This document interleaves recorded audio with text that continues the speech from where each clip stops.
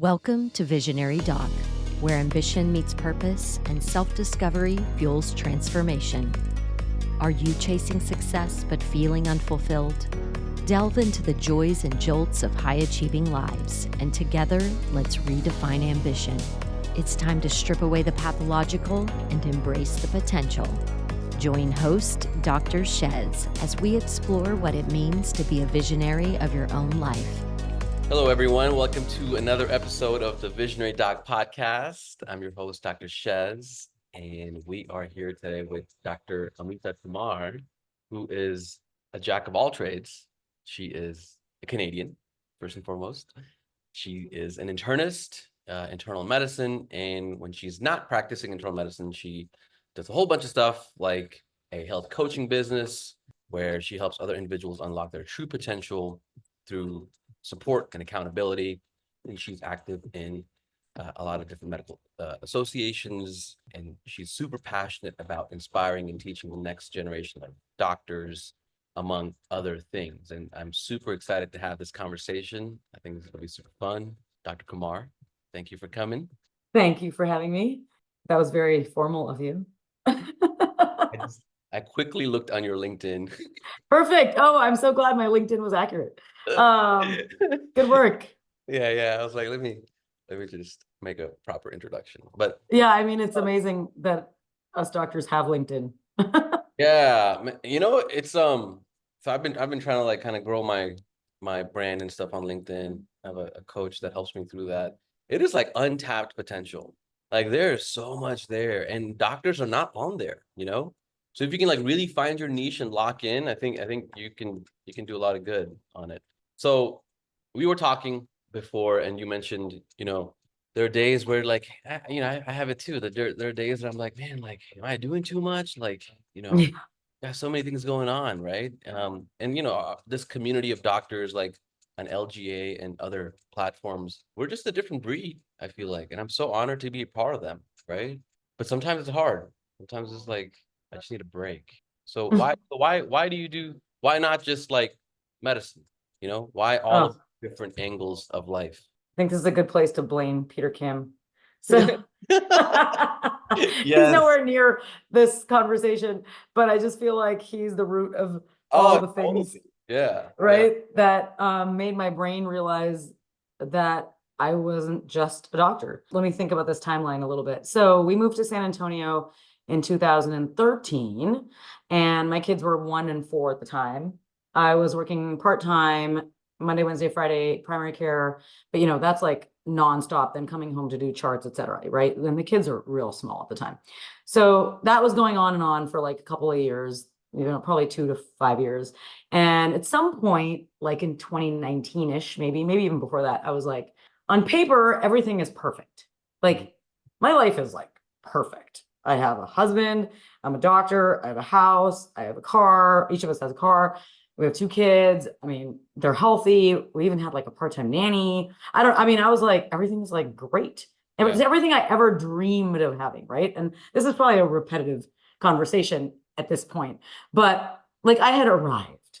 And in the coaching world, in the medical world, we call it the arrival fallacy. Like all my dreams, hopes and dreams are in front of me, but something was missing and I couldn't figure out what it was, right? Like I literally could not figure out what it was. And then, I don't know, maybe we're gluttons for pain and punishment or just stretching our brain or not even knowing what our brain was capable of, because we were so used to being on this path of like, whatever jagged detour route way I get to my goal, I call it the goal of medicine, et cetera. I got to get there. I don't care how I get there, jumping, swimming, whatever, but I got to get there. And so then when you get there, you're like, okay, wait, like now what? Nothing's changed. Then you're like, where's the next goal? And I think that's where people get into this act of like, oh, the next goal is being partner. The next goal is making 1 million, 2 million, 5 million. I don't know, whatever, right? Like, so then you're like, okay, monetary financial goals are easy to have because there's like a tangible number. But this, like, my goal was not financial. My goal was impact and community service. For whatever reason, it's just in there somewhere. And I couldn't even fathom. One question. before you move forward. So when you arrived and then you felt like, what did you feel, right? Well, how would you describe that feeling of like something is missing, like incomplete, or how would you describe that feeling? Incomplete. That's a good way of putting it. I was thinking unsatisfied, but it was not even satisfied. It's just like I thought it would feel like content. But that's like, I think you're right. I think it is incomplete. I couldn't put the words together at the time because I'm like, I'm happy. I have everything I want. Think everything's good. Like you're like, why do I feel like something is missing? Yeah. So, and I think it's just like one is habit. Like one is definitely our brain is in this habit of like achieve, right? And so then when you're like, okay, I've achieved, you're like, now what do I do? Go on to be president of the United States? Like, I mean, I don't know. I mean, I can't, I'm Canadian, but anything's possible. So I don't know. I just felt like I didn't even know where to begin. We were talking about growth mindset with our kids. So at this point, our kids are probably like 5 and 7 or so. And I'm like, I definitely do not have a growth mindset. But then I was like, I don't need a growth mindset. I'm a doctor and I'm good at what I do. And actually, as doctors, we're supposed to be following rules. Like we're supposed to follow the linear track. You're not supposed to make up things. Right. You know, like making up things is a little weird and crazy in the doctor world. Sometimes patients can die. I mean, their lives. Yeah, obviously. Right? On us following rules and protocols. Yeah, totally. I mean, going off the beaten path is not suggested, right? In medicine. So to even think that people have gone off the beaten path and have succeeded and no one died, it's like maybe intriguing. Just sort of like maybe my brain is capable of other things. And then of course my brain was like, no, you don't have time. You don't have time to do anything. You don't have time to do what you're currently doing. You can't even make dinner every day. You know, whatever, like all the things come to your brain. And then I got a coach that was like, what's going to happen to you? Like, do you think that if you take on something, you can't quit? Which is probably true. What made you want to get a coach? And where is this now in the timeline that you decided? Okay, so this is 2021. Right after the first LGA summit that I attended. And I was like, I'm a primary care doctor. I mean, aren't I already a coach? But that's somehow there was different. So I just like signed up for coaching. So it was through Scholars. It's like $300 a month. And I was like, I don't know, nothing to lose. Let me just see what happens. Like, it's not therapy, but it's like growing. Future oriented. You know, like future oriented therapy. So I'm like, all right, let's see what happens. So I started getting coaching and I was like, oh my God, my patients need this so bad. So I got my coaching certification, which isn't a ton different than what I already do, except there's a little more questioning and not as much dictating. And I've seen leaps and bounds of incredible changes in my patients and just my own brain. Like, you know, I'm going to say this morning when you said, I want to talk about the things that were adverse in your life and how you overcame them and how you were resilient. I was like, what do you mean? I don't have any adversity in my life. Which is like totally crazy. You're totally crazy. You're Indian. Because... You're Indian. You got adversity in your life. Trust me. Yeah. I have an Indian mom, Indian roots, Indian blood. Oh yeah. I got plenty of adverse thoughts. But I'm so far into like, I'm so grateful. This, I can't even believe how I've gone from like all these things that happened to me define who I am. And now I'm going to hang my hat on that. And now I'm going to change my being to prove everyone else wrong and be this other person. I don't know if that makes sense. But really now I've actually graduated to like, I'm so grateful that all these things happened to me. I mean, in fact, they didn't happen to me. They actually happened for me. Oh, yeah. Like, and I actually believe that today. Absolutely. So that's crazy. Go ahead. It's so crazy to me. Like, whenever somebody says that line, I'm like, you either got coaching or you went to Tony Robbins. One of those things, right? I got coaching. Yeah. Well, have you ever gone to the Tony Robbins conferences? I haven't yet. I will someday. You haven't joined that cult yet. Okay. Yeah. I think you'll like it a lot. I mean, I'm sure you know a lot of the, oh yeah, people in our community. And yeah, I mean, either way, right? Tony Robbins, coaching, therapy, it's all just ways to like, I think just have more awareness, right? of your past, how that's defined you, and now what are you going to do about it? We all have a story. How do you take that now and like apply it for, like you said, impact, right? Okay, so you got coaching in 2021, and that opened up this immense, just like world of potential and possibility for you, it sounds like, or at least got you thinking like, hey, you know what? Like, there's more to life than primary care medicine. Even though I love what I do, there are other ways in which I can have an impact. So then how did you kind of think through? So I love medicine. I love my patients. In fact, I say that I need my patients more than they need me. That's a fact. I get all my life advice, collective life advice from all my patients. And they keep me grounded, I mean, they keep me boots on the ground and knowing what's going on in the real world, in the real healthcare world. But a few things happened. One, naming my fears. That's probably what the biggest thing that my coach helped me with. And so that's a big thing I talk with my patients and my clients about, really about just let's call out the fears. I mean, we all have them. Don't tell me you're not scared. We're all scared. Right. We're human. Scared of anything that's not what we're doing today. Even if for those that are miserable today, it's still scary to get out of your current comfort zone, we'll call it.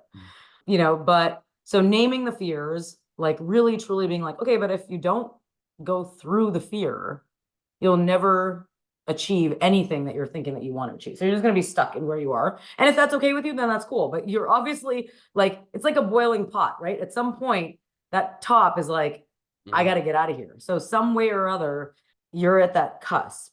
And that's kind of where I was. I was at the cusp of like, I got to get out of here. I'm just really afraid. I didn't even know I was afraid. And then actually I put on a workshop in Dallas. That was when you were out of town, with my cousin, who happens to be a coach in a different capacity, not a doctor. And it was about developing your life purpose, life vision, following like a strategic life plan. And once you have your values and your life purpose, like everything just falls into place.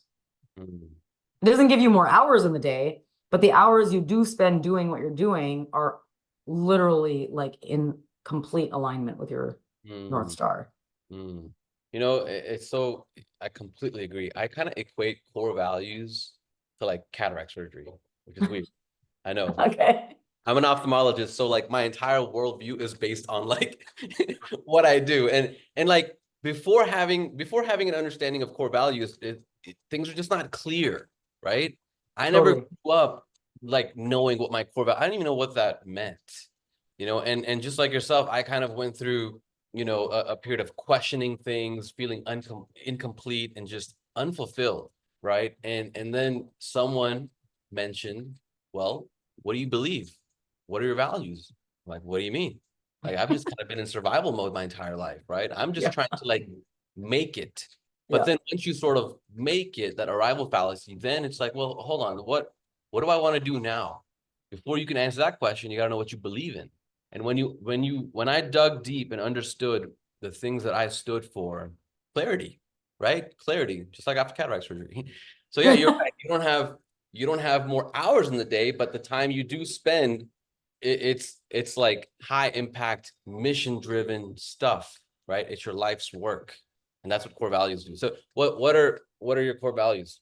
Fun, family, service, impact, and I just added acceptance and curiosity. I'm working on those. Yeah. So, I mean, I can name them right off the top of my head now, right? So there you go. And I always include fun because I refuse to do anything that's not fun.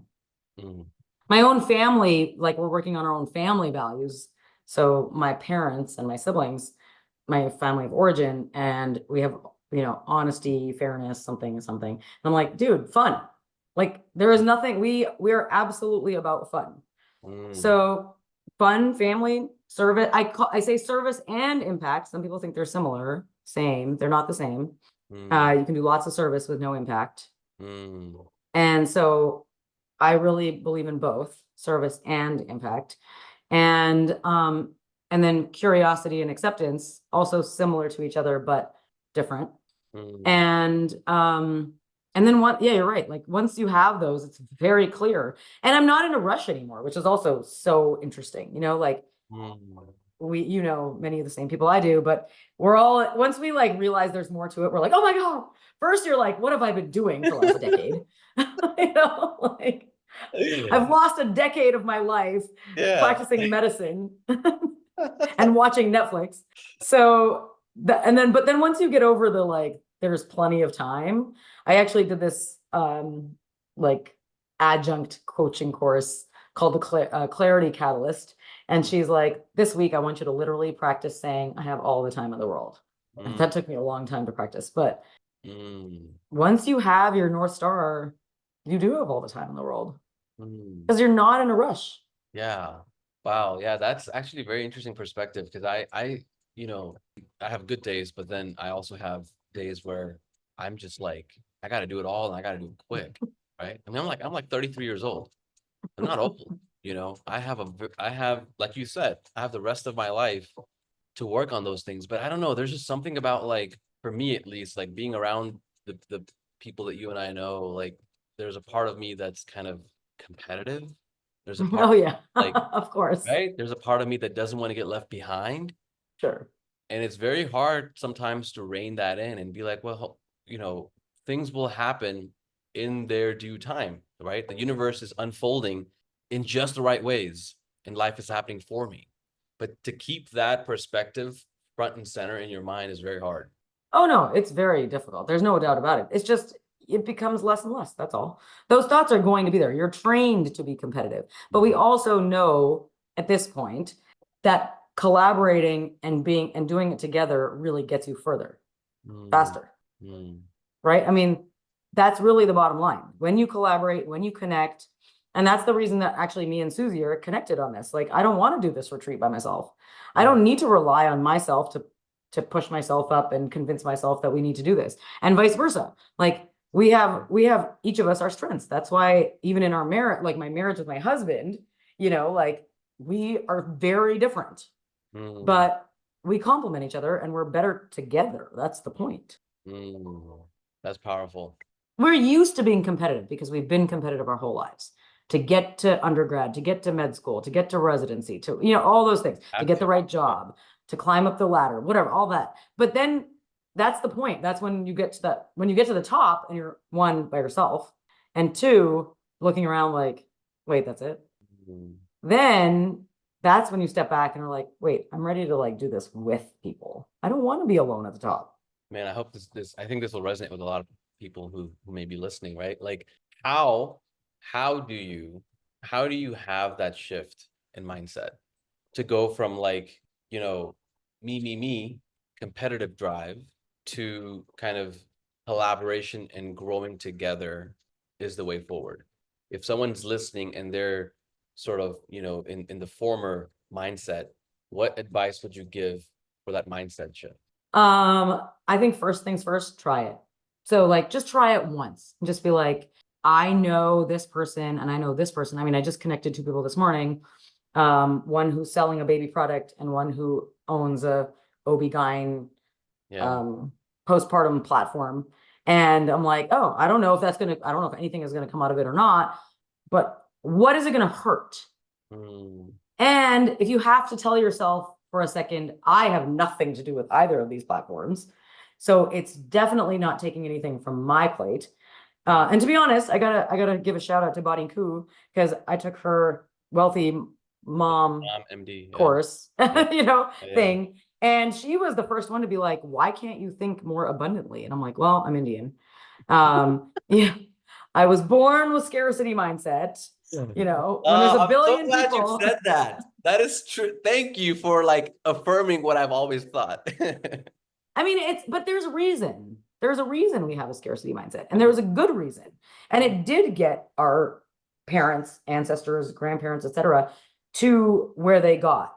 But I'm halfway through what you got you here will not get you there. And it's not specifically about scarcity mindset, but a lot of it has to do with, yeah, you think you're so great because you got from 0 to 10, but you're not getting to 50 thinking and acting the way you are today. And it's painful to hear that, because you're like, but I'm so successful, but I'm so this, I'm so that. Yeah. Okay, well, but you're telling me you want to grow. So do you want to grow from 10 to 11, or do you want to grow from 10 to 50?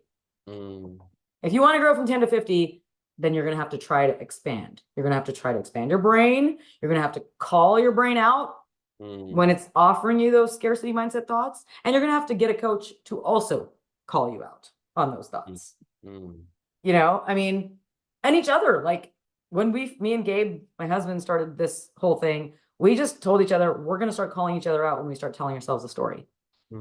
Like Brene Brown says, you tell yourself a story. It's like, I think you're telling yourself a story, not about each other, but like about your partner, about medicine, about your patient, whatever.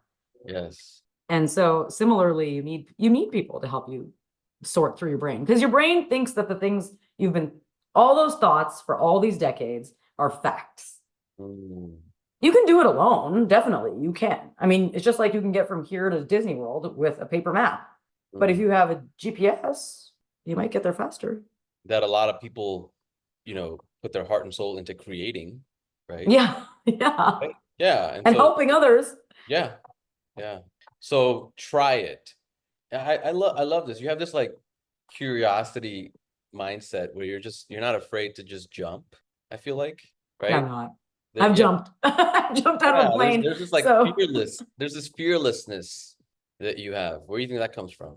I don't know, my ADD personality. Yeah. My D on the disc.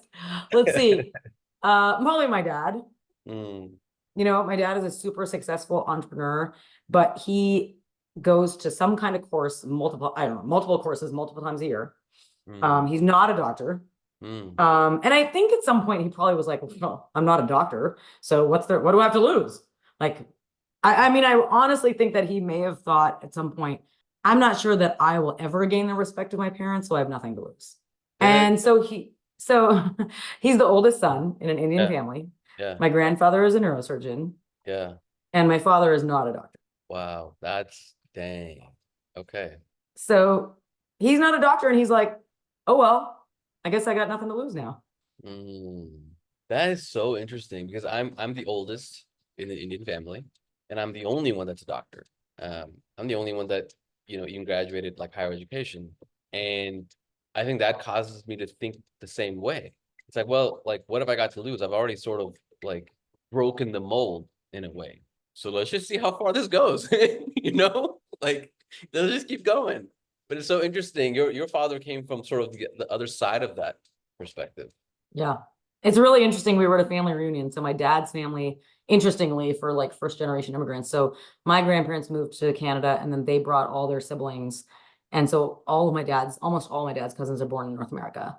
And so we were at a family reunion. There was like 70 of us. And of course, all of them are doctor, lawyer, engineer, right? And we did it last year. So all of them are doctor, lawyer, engineer, and all their kids are like, I don't know. This year, almost every kid is like, I want to go into real estate development. Yeah. Including mine. My kids are like, my daughter wants to go into construction. I'm like, girl, you got it made. I'm like, okay. And both of her parents are doctors. Yeah, I mean, yeah. So we'll see. I mean, there's cycles for everything, right? That's the other thing. I love medicine. I think that we have a long ways to go to fix it in this country, or every country, or in general. But I'm just doing it one step at a time. You know, my life purpose, my impossible goal, I call it, is to fix healthcare. And I'm not going to do it in my lifetime, but while I'm on that path, there will be byproducts. And part of those byproducts are what you mentioned: being on the Texas Medical Association and advocating for doctors, inspiring young doctors to be the best doctor they can be, so that they can then be amazing patient advocates or healthcare advocates even, right? Even like physician wellness. So that's part of the reason I went into coaching, was to coach other physicians, but also, of course, coach my patients. And then like all of those things. So everything I do is in line with service, impact, or fun, or fun. Wow. I kind of just grew up for a lot of different reasons, but just feeling like I just never belong. You know, I just never belong. I didn't belong, I feel like, in my own household, with things going on with the family. Growing up undocumented, you know, I didn't get to go to an Ivy League. I always wanted to go to an Ivy League, right? Because I was really good at taking tests. I was like, that's where I belong. I belong with the Ivy Leaguers. Right? Yeah. Like such a freaking entitled kind of, thing, mindset, I guess. But it's all because I wanted to belong. And I think that's it's part of what we all search for.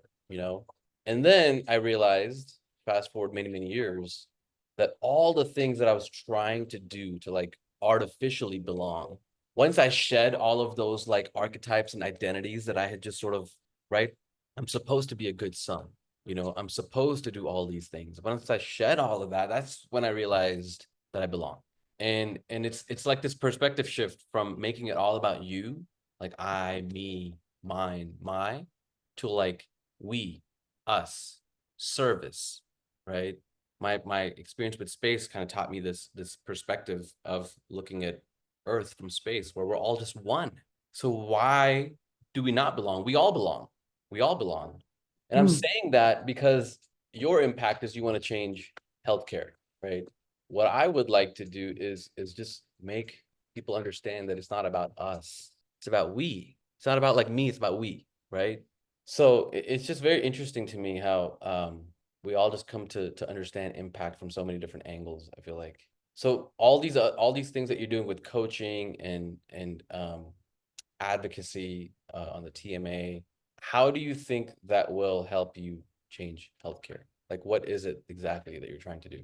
I mean, I guess part of the beauty of this is, like I said, I no longer do goal-based living because to me, that's a lot of pressure.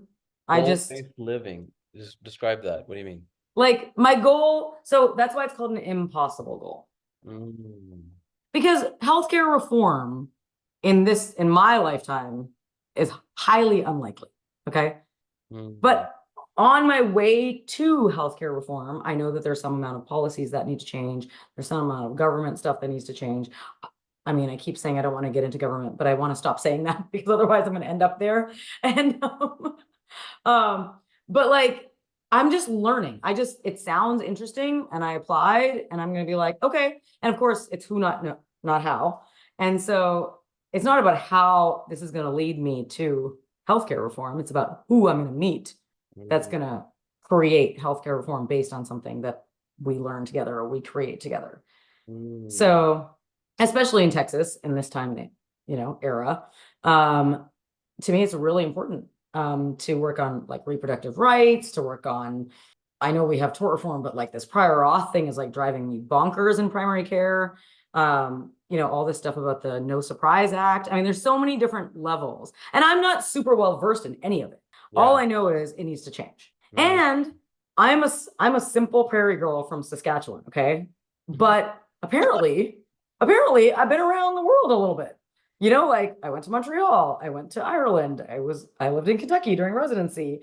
And it's all because my parents moved to Texas, by the way. Like they uprooted me from Saskatchewan and they moved to Texas. And I was like, I'm not going. I refused to go to Texas. And that's why I ended up in all those other places.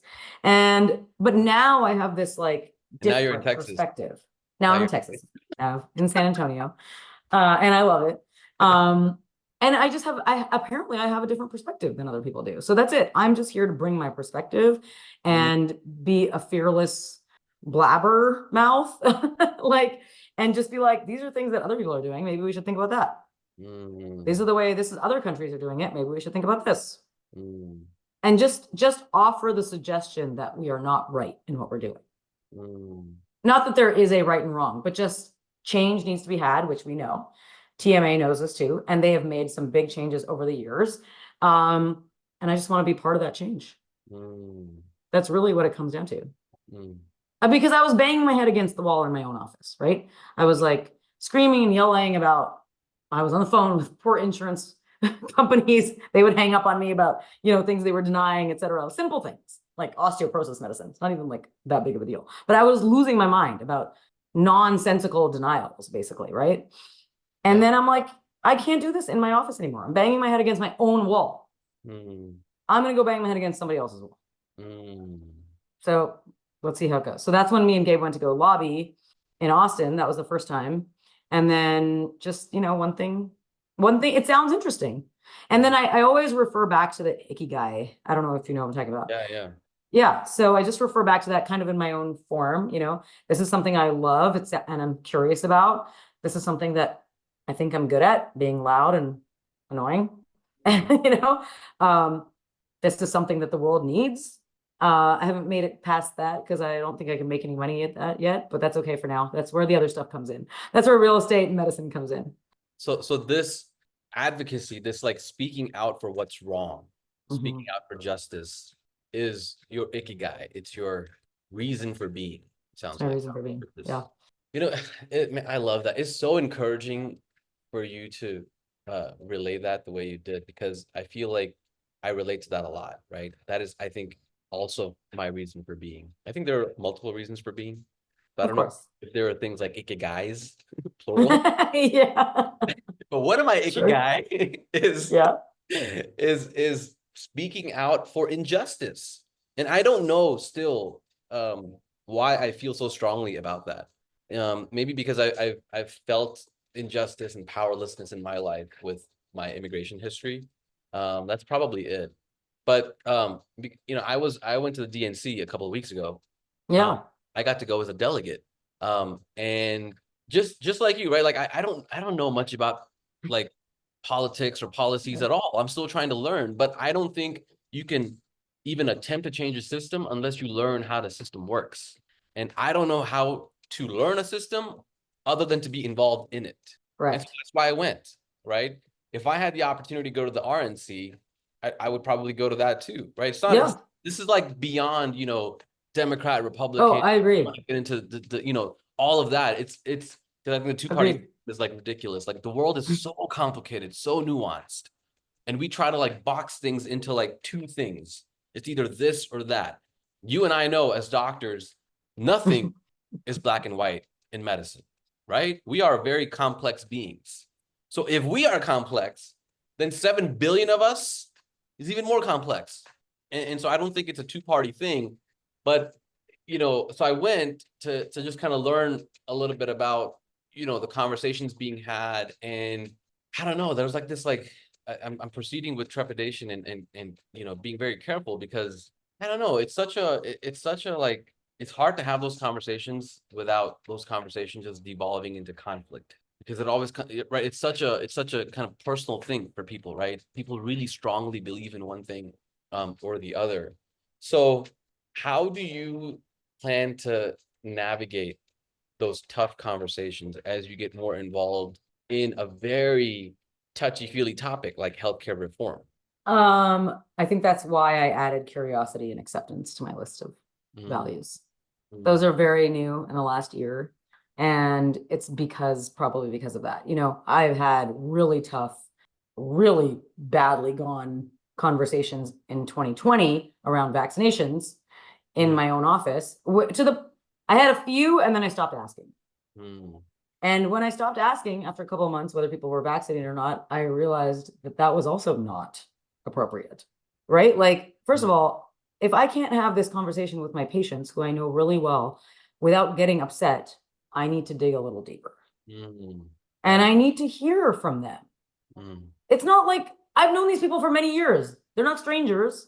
Otherwise, I could just stamp a, crazy stamp on someone. But that's not the case. I've known you many, many, many years. And all of a sudden, because we talk about vaccination, now we can't agree to disagree. And I also know that you're an intelligent being with your own thoughts and opinions that are valid. So I believe that there's a reason you have mistrust and why you've gone to another source for information, et cetera, right? Like, in fact, at this point, I'm sort of like, I lived in my own silo for a long time about that myself, right? Now what? I have to step out of my own silo before I can see someone else's. I can't expect them to come to me first. Dang. And that requires you to put your ego down, right? It's not about me, that whole I, me, my thing. It's about we and us. And that is hard to do, for people to put their ego down and actually listen to the other person's perspective without judging. I mean, I think that that is like one of my ikigais, right? Like just convince people that's the way forward. We are not going to agree on everything, but can we agree to disagree with kindness and respect and compassion? I mean, I would take it even a step further because I know it can happen, which is so my brother-in-law and I have very opposing views on politics in general. But it's not because I've had a conversation about it with him. It's just because we just decided. So we agree to disagree. Okay. But agreeing to disagree is still two silos. So in order to actually, we both have children. We're related. Our children are related. We want what's best for each other's children. And therefore, the only way forward is to talk to each other. Avoiding the topic or agreeing to disagree, this whole don't talk politics thing, that's not how we move forward. Totally agree. That's not, if you're gonna talk about politics and then hate each other, that's not the goal. And that's what we did, right? And it was mostly me. I couldn't talk to him without becoming irate. In fact, that was crazy. But once I realized that it was actually me that was getting upset about something, he hasn't even said anything yet, I'm like, okay, hold on. I need to listen. Whether the other side listens to me or not is besides the point. But I have to get educated. Like you said, RNC, DNC, doesn't matter. I need to get educated. And living in my silo, I'm only getting educated on one side. And that's not a true education. So I'm starting there. Man, thanks for sharing that. You gave me a lot of courage to talk about this, because ever since I came back from the DNC, I am just like conflicted, right? For a whole host of reasons. But I swear to God, I recorded this podcast on why politics, right? Why get involved in politics? And reflections on the DNC. But I'm like terrified to release it. Yeah. Right? And because I don't want to get canceled. Yeah. Right? I don't Those are good judged. reasons. I don't want to be disliked. And it's all, again, like it comes down to me. I'm making it about me. But you have to have the courage to have the tough conversations, because someone is going to not agree and probably do it in a hateful way. Sure. There's just those people out there, right? And I said agree to disagree because I think you have to pick your battles wisely. There's some that you just kind of have to end it at agree to disagree, respect, compassion. Absolutely. You go your way, I go my way, right? And then there are some people that are like actually willing to engage in the conversation to actually get to a solution. And those are the battles that I want to engage in, right? So yeah, I mean, I think you really like gave me the courage to just talk about those things, because I'm totally on board with you. Like, why not talk about politics? If we're not going to talk about the hard things of life, what are we going to talk about? Like, what's your favorite color? Like, you know what I mean? Like, let's talk about like, well, okay, yeah, what is it about vaccines, right? And okay, yeah, you're right. Like, I can see why you may have a level of distrust with the government, because the government is not perfect. There's bad apples in every demographic. So yeah, thank you for that. I'm going to release my episode. It all comes back down to your intentions behind your conversation. My intentions behind my conversation, this is pre-coaching, pre-LGA summit, about masking and vaccination, was to convince the other person to mask and to get vaccinated. That was it. Get vaccinated and get a mask, right? That was my intention. Now, if I was to have that conversation, my intention is totally different. My intention is, tell me more about what you're thinking. Tell me more about where you're getting your information. Because I don't believe I'm right anymore. I'm just telling you, this is where I get my information. When I have patients that come to my office now and ask for a referral to an acupuncturist or a naturopathic doctor or a functional medicine doctor, do I look at them like, oh my God? Of course not. Why? Well, it's the same thing. Just because I wasn't trained in it, just because I didn't get that training, doesn't mean it's wrong. And that's a whole different way of going into a conversation. I'm not trying to be right. Just let's have an intelligent, informed conversation from two different sources. That's fine. Tell me more, right? I think those are the most powerful words in English language, because you're staying in curiosity mode. Yeah. Right? With your intentions. Before, the intention of like, I'm right, get vaccinated, put a mask on, that is judgment mode, not curiosity. Right? Because by saying that do this, you're already judging that when they're not doing this, they're wrong. And shifting from judgment to curiosity, I think is how we get to world peace. Takes a while, but yes. Eventually. Yeah, and it takes a while, but like you said, and I love that perspective too. Like, and it goes into kind of what I learned about politics at the DNC, that like it's a long game, right? This is not going to resolve in my lifetime. And it took me a while to be like, yeah, I'm not the bringer of solution to world peace. I'm not gonna do it. I got to get off my high horse and my ego, right? Yes, I have a lot to contribute because I've come through, I've just gained a lot of perspective from my life struggles, but that's one part of the equation. And, you know, maybe 2, 3, 4 generations from now, as we have these conversations and just advocate to have these conversations, maybe meaningful, positive change can occur. And if you look at history, I think that's, you know, people have ridden on the shoulders of giants that came before them. Damn. Love it. Meaningful, positive change can happen in our lifetime, but it's not necessarily because the solution is inside us. Mm-hmm. We're just contributing to the solution someday. And then it takes all the pressure off. Yeah. Have you always had this selflessness mindset that like it's not about me and it's sort of, you know, I'm one small part of the equation? Did you grow up that way? There's 2 reasons probably. One, I grew up in Canada and we are a lot more about the greater population, the greater good, you know, socialistic, if you have to say that. Like it's some bad word in this country. Like, I'm like, you know, that's a great point, right? Like socialism, like you would think like socialism equates to kind of like societal good. You would think that's a good thing. That's what I thought it meant, right? All this time. Like positive connotation. I'm a socialist.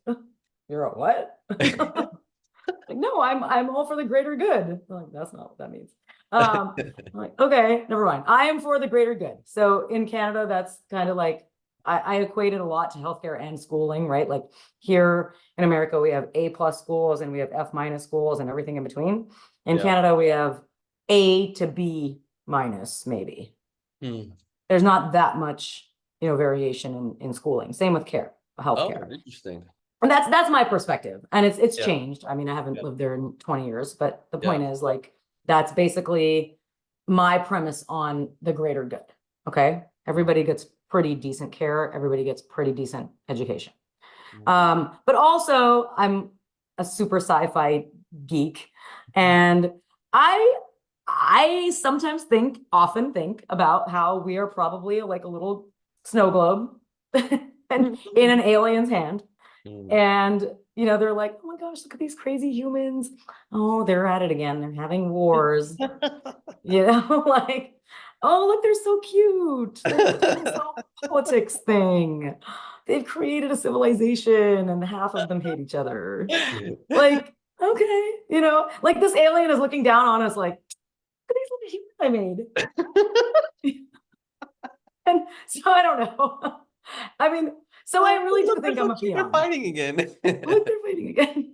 Oh, they do find love sometimes. That's cute. It took them a few centuries, you know. But I do believe I'm a bit of a peon, I guess. But not so much to the point where I don't think that I can actually have impact. And for a while, I believed in ripple effect, right? Like, okay, I have to believe that if I talk to this patient, then that patient talks to the next patient, to the next patient. I still believe in that. But that was just not, my voice got louder and louder.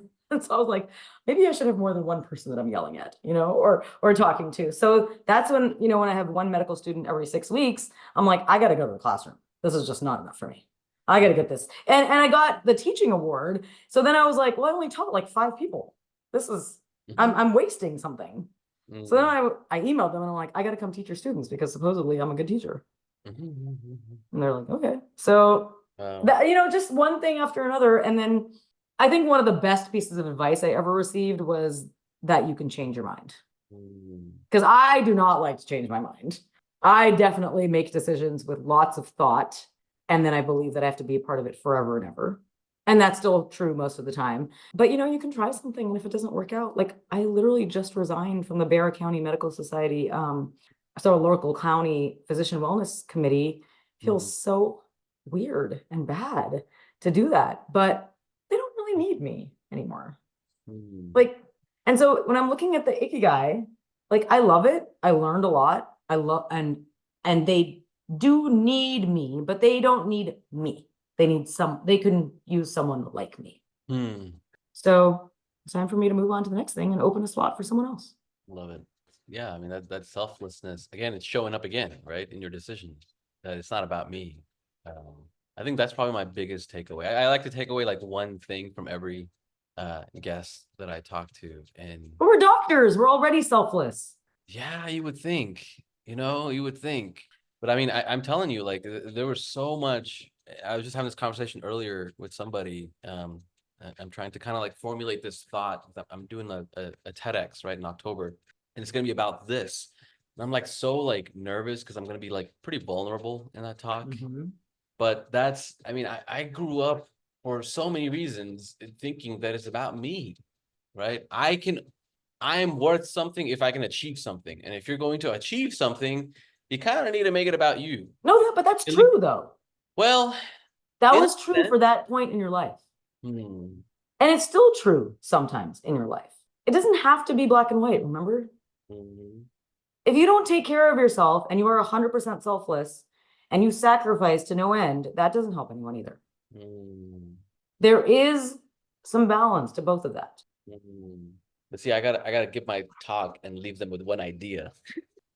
So I kind of need to like present myself as a villain and then be like, okay, look, like this is how you get out of that mindset. So take that away from you, right? I mean, I totally get what you're saying. I think, like we said earlier, things happen for you. So, people ask me, do you have any regrets? I'm like, it's inconsistent with how I live my life, right? Yeah. Like you can't really have regrets because those things were supposed to happen so that I can arrive at this point in my life. I was married 10 years. I'm not anymore. Went through a divorce. Hardest thing I ever had to go through. That was my rock bottom. I'm going to talk about that in my talk. And it's like, do I have regrets for that? That meant to happen. That was meant to happen so that I could have this clarity and shift in my thinking, right? So that I can take this now and do good with it in the future. Yeah.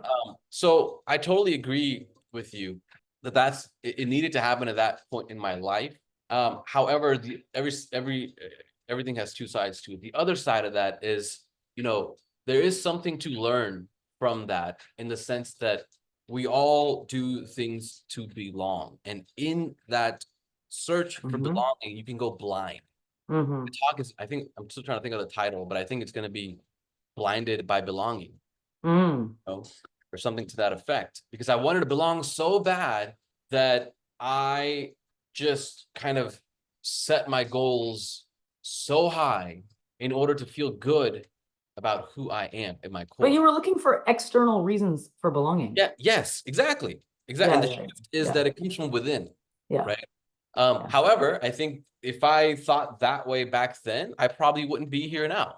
Agreed. Right. And so it's I'm going to leave you with this amazing quote. I'm going to get it wrong probably. In the Viktor Frankl book, Man's Search for Meaning. He's talking about his friend that says, yeah, but like, what is my purpose in life? What is my purpose in life? Right. And he turns around, Viktor Frankl was a psychiatrist. And he said, well, what if we thought instead, what is life's purpose for you? So I think those two things can actually coexist. Yes, I think you're right.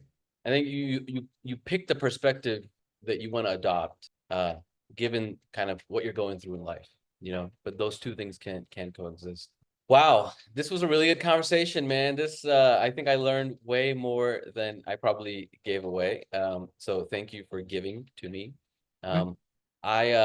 Is there anything that you want to touch upon before we? Man, we touched on a lot of things. I mean, I think honestly, the one big thing is every time I do something like this, I'm like, I wonder if anybody heard it. I wonder if anybody like in this giant universe, if anybody was rolling their eyes at something that one of us said. I would love to hear that. Like, I actually got an email this morning from someone that said they saw my LGA talk, and she's about to be president of the California Medical Association. And I was like, I'm sorry, I'm not the president. I'm just like a tiny peon that got my foot in the door, So, and I have a phone call with her in a couple hours.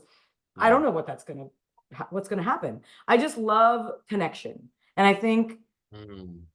You know, when I was 18, 19 years old, even 20 years old, it was like, let's meet all these people to find out who has an in at medical school or college or residency. And you got to meet all these people so that you can connect and they get to know you. And then they're going to pick you to rank, et cetera. Right. And I was like, I don't do that game. I don't play that game. If I am meant to be a doctor, if I am meant to be this kind of doctor, I go by the book. I do this and I am linear, et cetera, et cetera. Now I'm like, was I trying to be a robot? Like, what? And I'm not talking about like connecting with an ulterior motive. I guess that's actually the bottom line. Yes. Connection for the reason of connection. Connection to collaborate, connection to make the world a better place together. Yes. Not connection because you're trying to accomplish something that's going to make you feel good about who you are. That's why I have no more goals. Mm. I just live a values-based life, not a goals-based life. Goals will become accomplished. Mm. I don't know what they are. Make the world a better place. That's it. One step at a time. That's my goal. I love that. So wise. Thank you so much. Thank Dr. you. Kumar, for this conversation. Yeah, there are a lot of takeaways from this. Thank you for listening to the Visionary Doc podcast. This was an amazing conversation with Dr. Kumar. We touched upon all kinds of topics, from getting involved in healthcare policy change to understanding more about yourself and why is it that you want to get involved in making change in the first place. I hope you all enjoyed, and we'll connect again next time. Connect with Dr. Shehz at visionarydoc.com.